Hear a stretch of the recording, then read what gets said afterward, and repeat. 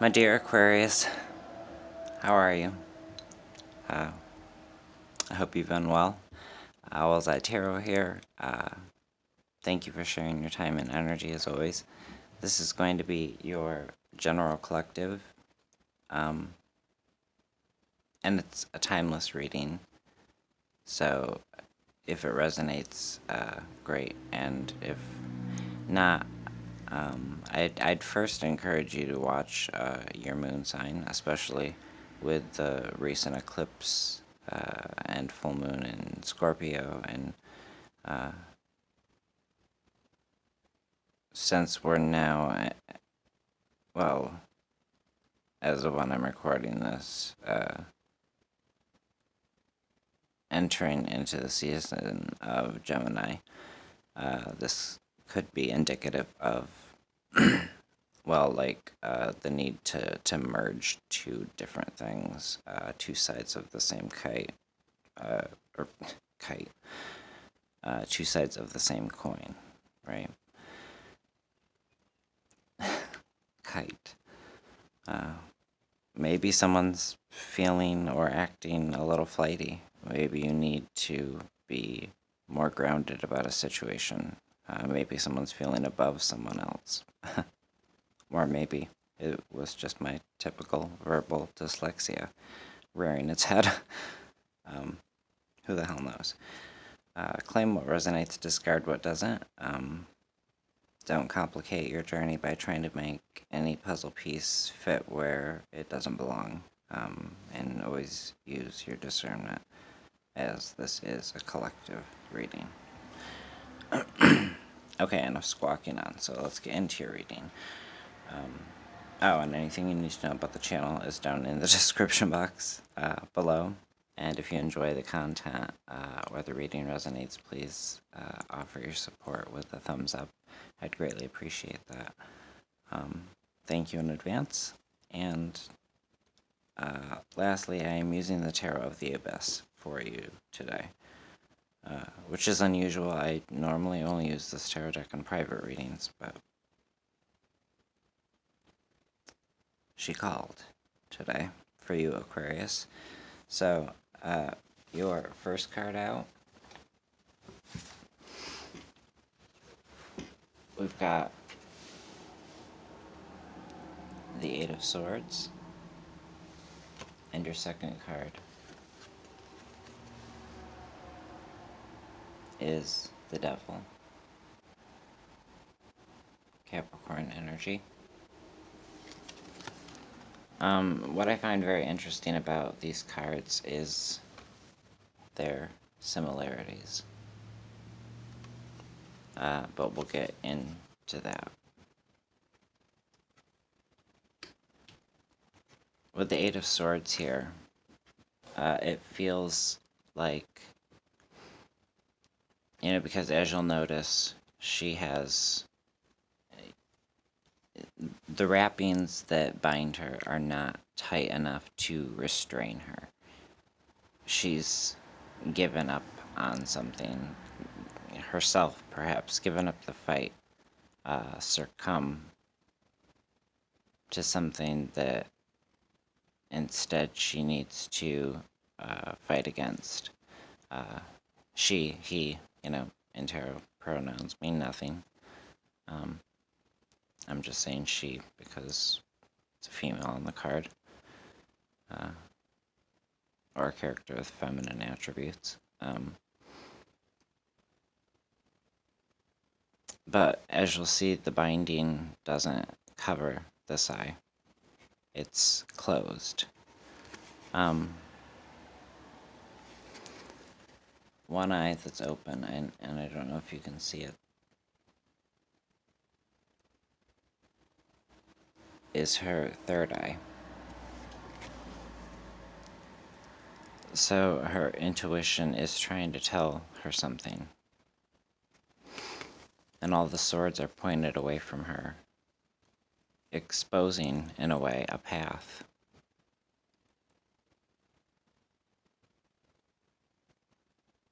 The painful lessons that you've learned have exposed the path that you need to take. Now, this is in recent past energy, so and keep in mind also that the energies can be flipped. So I could be talking about you, or I could be talking about somebody that's occupying your mind or your heart space at this time.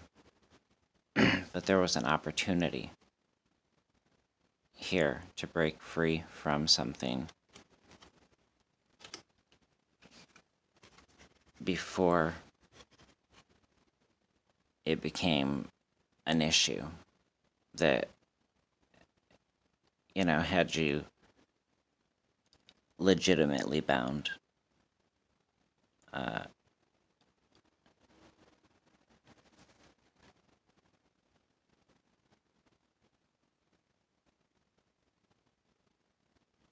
That had you either breaking your own heart or breaking someone else's, or someone else is breaking your heart. This could be someone struggling with addiction, and the addiction has gotten worse. Addiction to alcohol, addiction to shopping, addiction to sex, addiction to drugs, addiction to gambling, addiction to food, addiction to any, however it applies, if this reading resonates.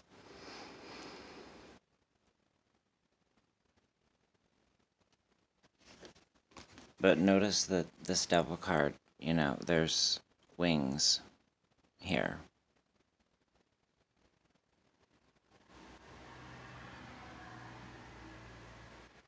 So if he would allow himself to be guided more by his heart and his intuition, this is somebody who knows the answers on what they need to do, how they need to get themselves out of a situation. In present energy, we've got the High Priestess in reverse.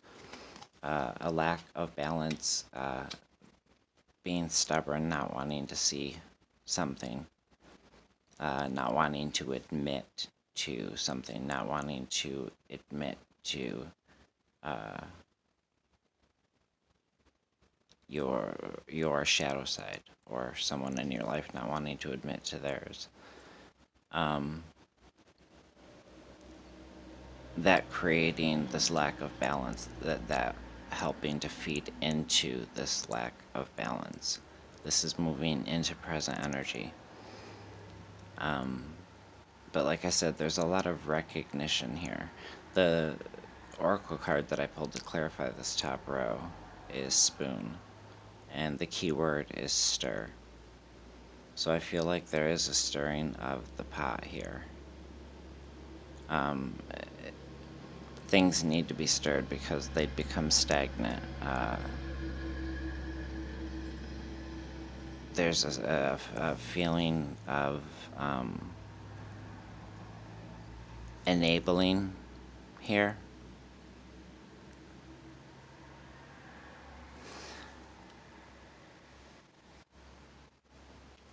But, like I said, this is you moving into present energy. And this isn't fixed energy. So remember to not rail against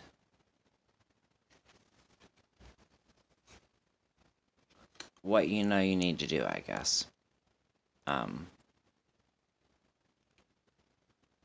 Or the person in your life who is not wanting to change, is slowly recognizing that they need to give into a process that's going to stir things up, yes, but bring things to the surface, where you're able to breathe, where you're able to acclimate. And we've got the Fool card here in present energy as well. So after seeing the High Priestess in reverse, seeing this Fool card, it's beautiful. I do want to say to be careful of making any decisions that aren't thought out. Be aware of any naivete, because we all are naive to different things. We just are. We're not all knowing.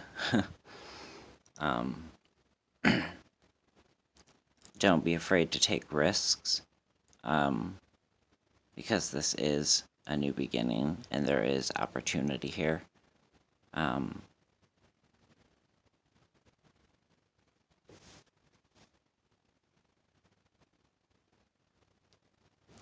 And this card is clearly showing me that you have the passion, you have all the tools that you need.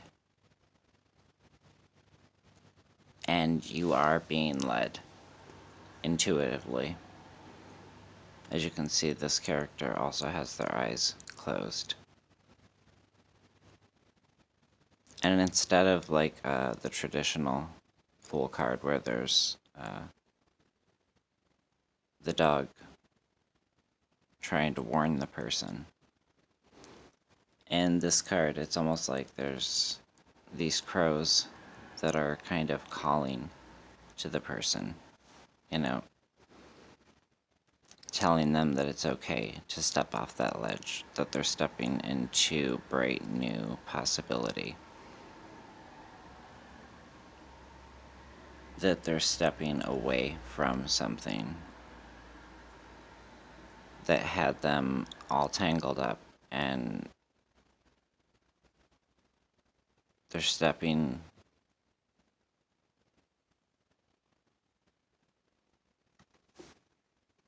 toward wisdom, toward where you're stepping toward where you need to go.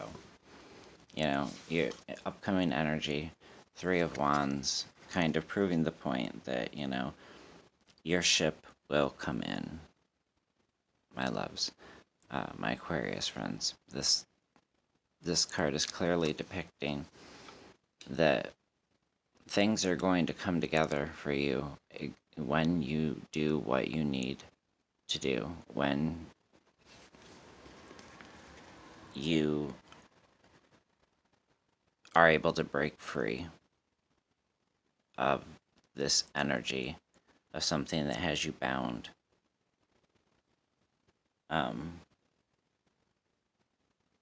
Bound in a way where it's hard for you to break free. Don't lose hope. Don't lose your spark. Don't lose your heart. Keep strong hold of your willpower.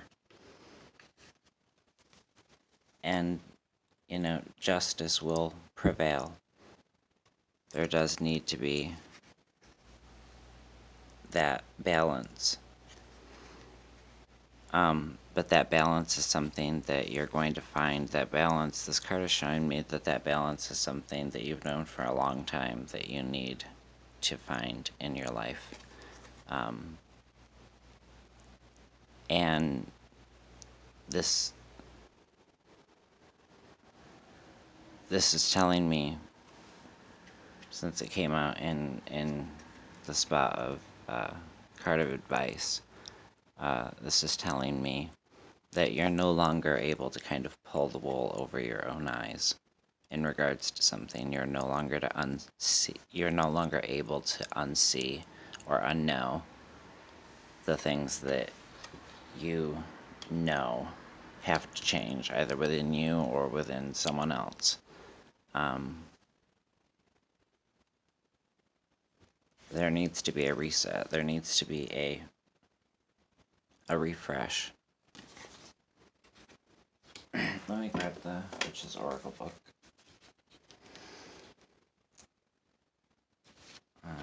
First we'll look up Spoon, which is the top row.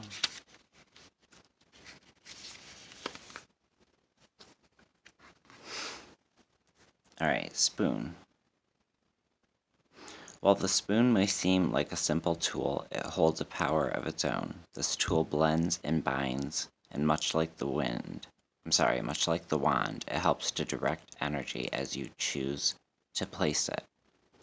Don't always think that things have to be black and white. Very much like the High Priestess thinks.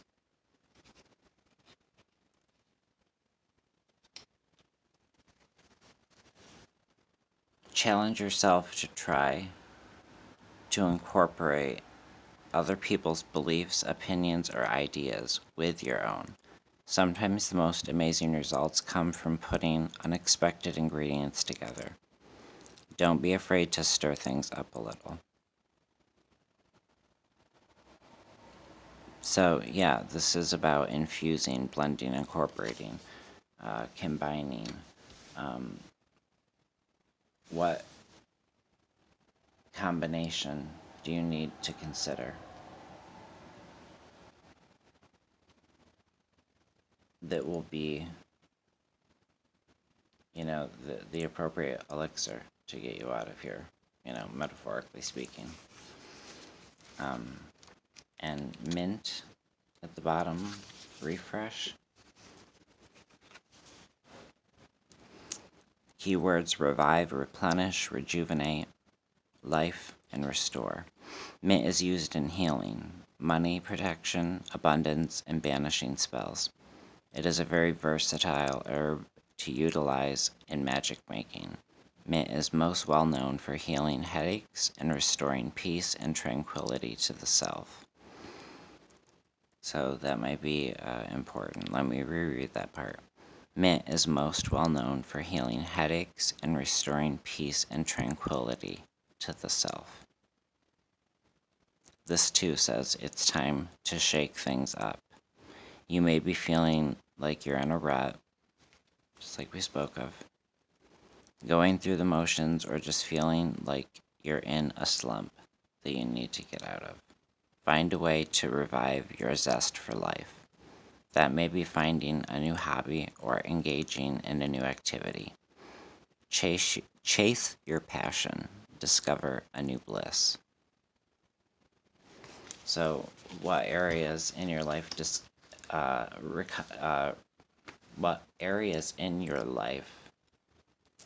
need that reset? And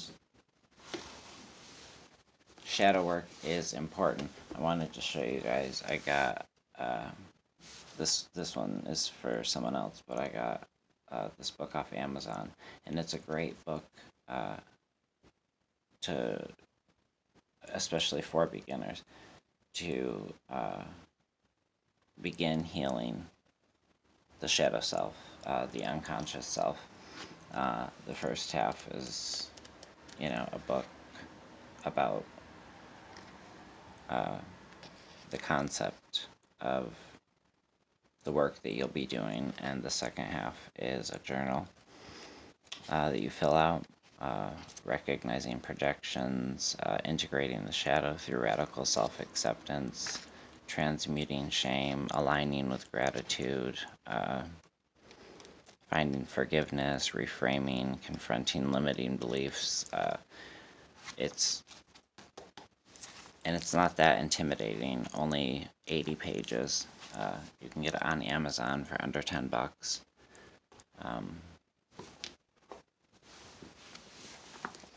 So, yeah, I just felt compelled to show that to you for some reason.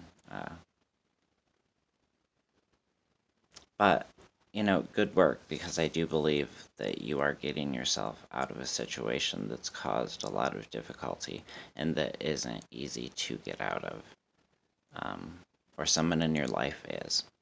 And if it's someone in your life who is, make sure that you show them a lot of love, and make sure you show them a lot of compassion. All right, dear friends, that's what I have for you. I love you all. Thank you for watching. Take great care of yourselves. Take care of those around you. And I will see you again back here soon. Bye, Aquarius.